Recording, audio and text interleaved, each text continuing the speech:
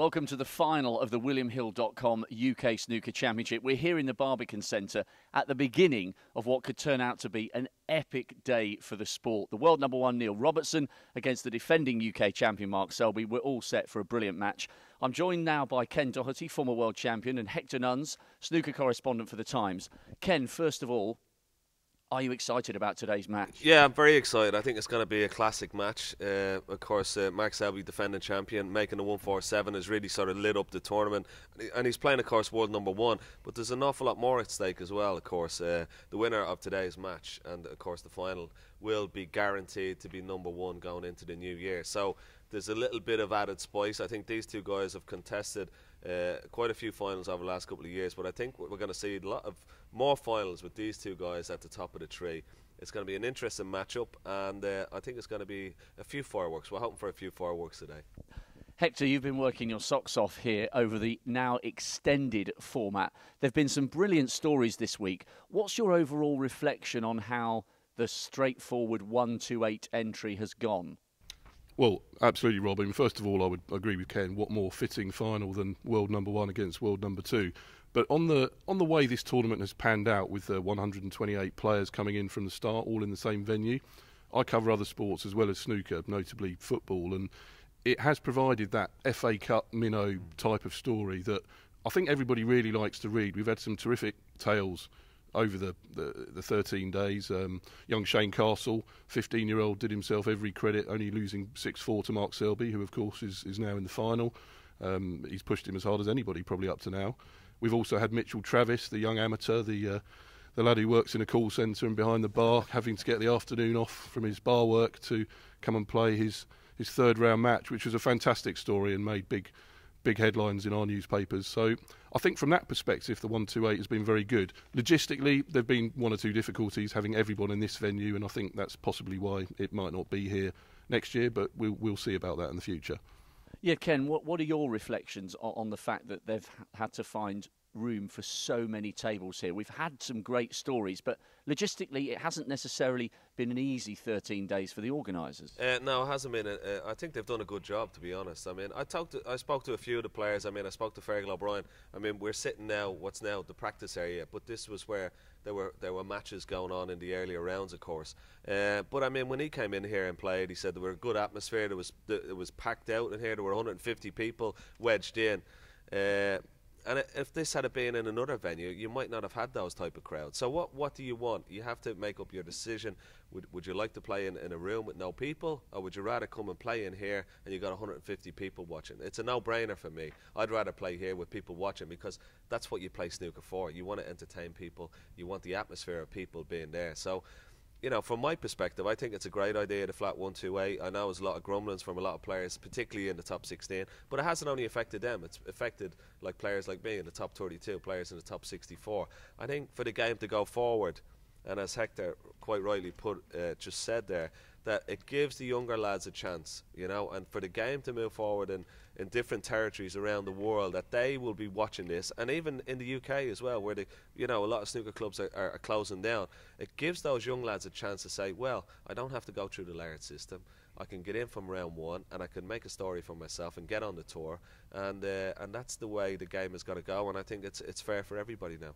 Oh, and as Hector said, we have had some incredible stories. If you haven't heard the name Mitchell Travis before the last 13 days, you will hear that name again. He in particular has been a classic example of why this tournament has worked. The lad came off the table, he was full of the joys, he was full of character. The £9,000 that he won will help him turn pro. He's the absolute essence of why this new format's in place and why it works. Exactly, and that story would never have occurred in the protected system that we had in place like last year, where the top 16 were seeded right into round 4, and he would have had to come through four matches, I think, to play someone like Marco Fu. He would never have done that, and he would never have got to probably even play Marco Fu, because it's just too difficult. So it gives the chance to the likes of Mitchell Travis, to the likes of Shane Castle, and many, many more, to actually break onto the scene, earn some money, and keep there.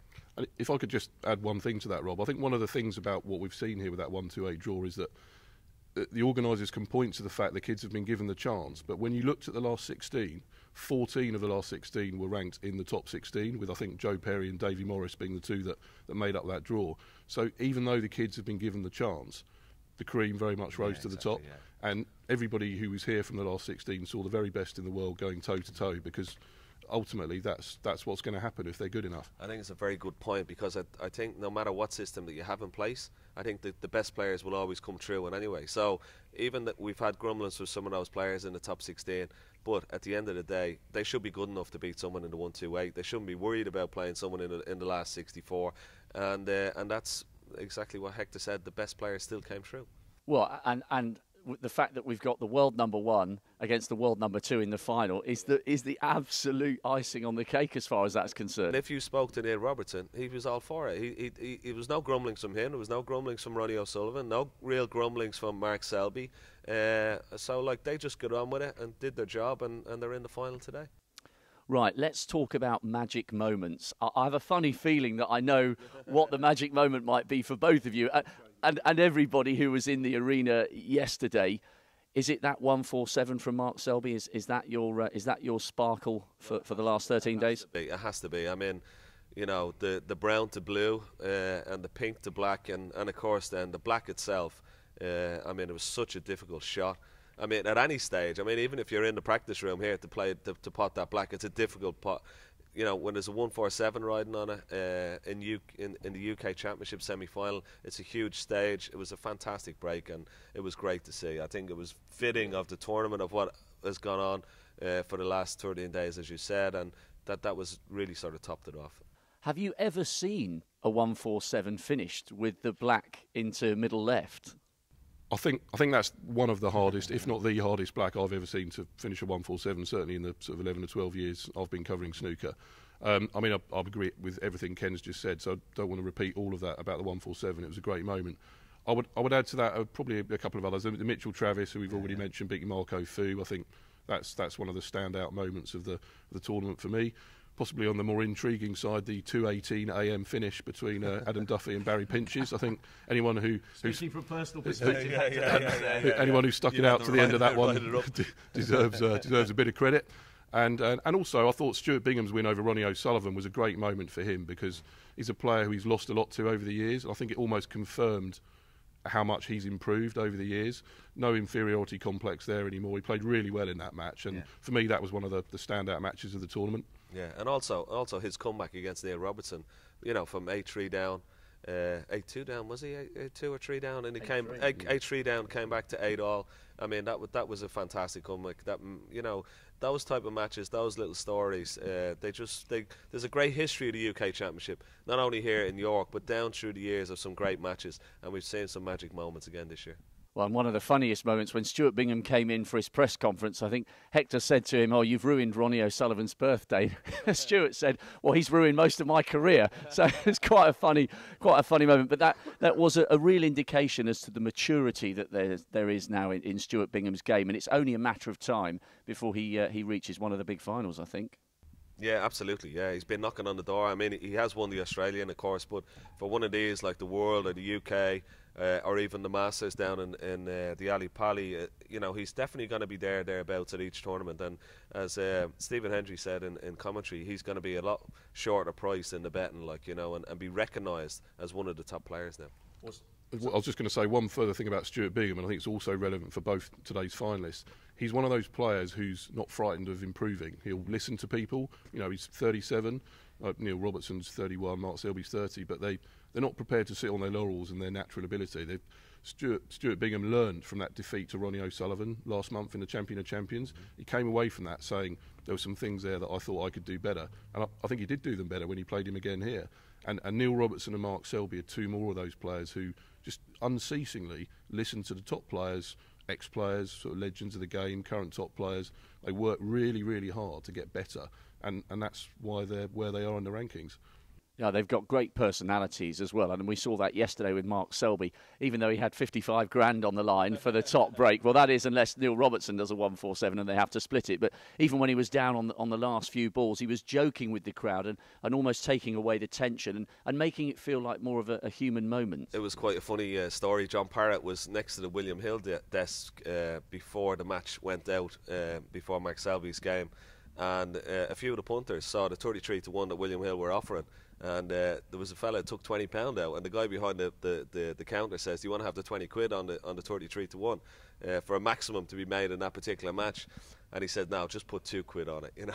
So, but he had the 2 quid on, and he won, of course, 66. But it could have been a hell of a lot more. But it was a few people, funny enough, that we're getting on the 33-1 to make a maximum. I think it's about 20-1. Yeah, once bitten, I think. 20 to 1 it's gone today. Down to for 20-1 straight away. But at least a few of the lads that were in the crowd yesterday were quite happy. And another funny story: a couple of friends from Ireland came over. First time they've ever been at the snooker, and they went in to watch the match. And one of them came out for a fag.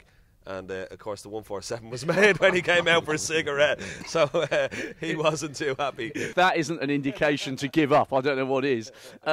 Let's talk about the odds with regards to today. I mean, it's so evenly matched, Ken. It's going to be a really, really close, long, drawn-out encounter. Is there any indication as to which way the punters think this is going to go with their hard-earned cash? Well, I think just from watching, Mark Selby is in the final, playing about 60% of what he can play at the moment, and it's sort of a testament to his character, to his sort of his match play instincts, survival instincts as it were, that he can still beat the top players and still not be playing at his best.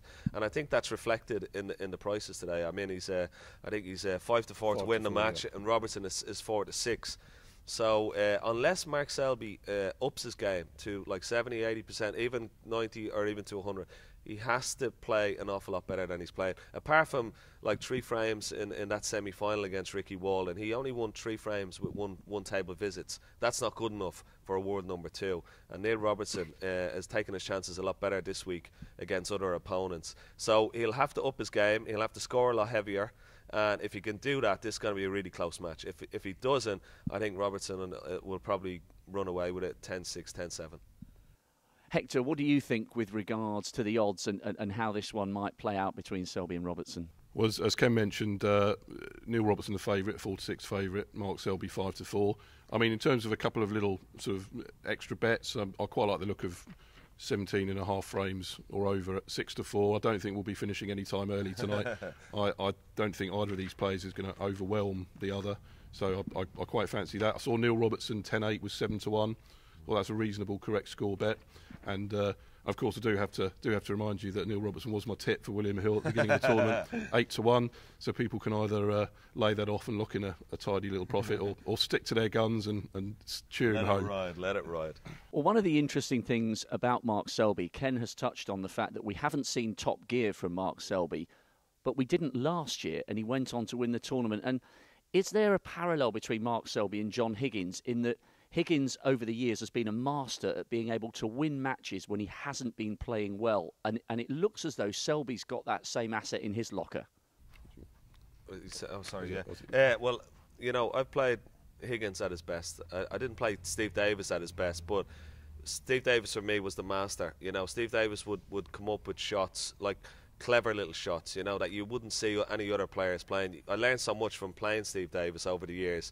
John Higgins took over that mantle as one of the best match players that's ever played the game, and Mark Selby has now taken over that mantle from John Higgins because he has that innate ability to win matches, as we've seen this week and of course last year, and to win tournaments with not playing his best. He's got fantastic knowledge of the game, and a lot of the other players fear him even when he's not playing well because of his capabilities in the safety to play, of the way he can break down frames, the way he can frustrate players, and the way he can win always those, like he wins 90% of the scrappy frames. So if the balls go scrappy, the likes of Robertson and Murphy and Coe, they get a little bit frustrated playing him because they can see he's missing balls, but he's so clever with the white, of where he puts the white, and with his safety shots. He just doesn't get down and play a simple safety shot. He puts you in the utmost, most difficult position on the table where you can't sort of counter-attack, and that can be very, very difficult to play against. And playing against him myself over the last few years as well,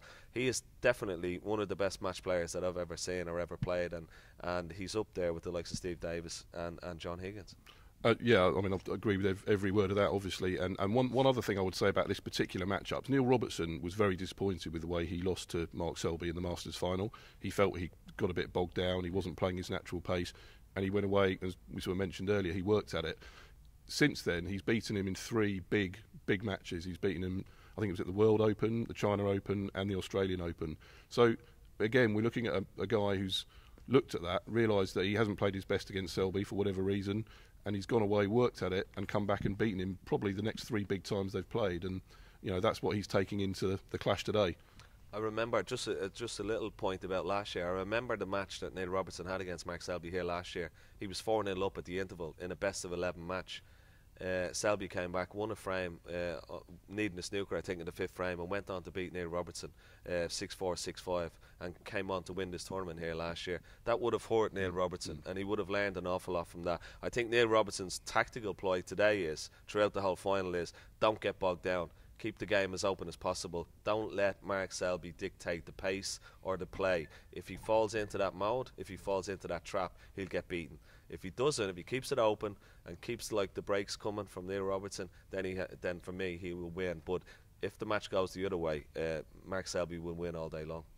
Well, great stuff. Thanks very much, guys. We could talk to you all day, but we do want the match to start. I know we're going to come back and talk more in the interval between the first and second session.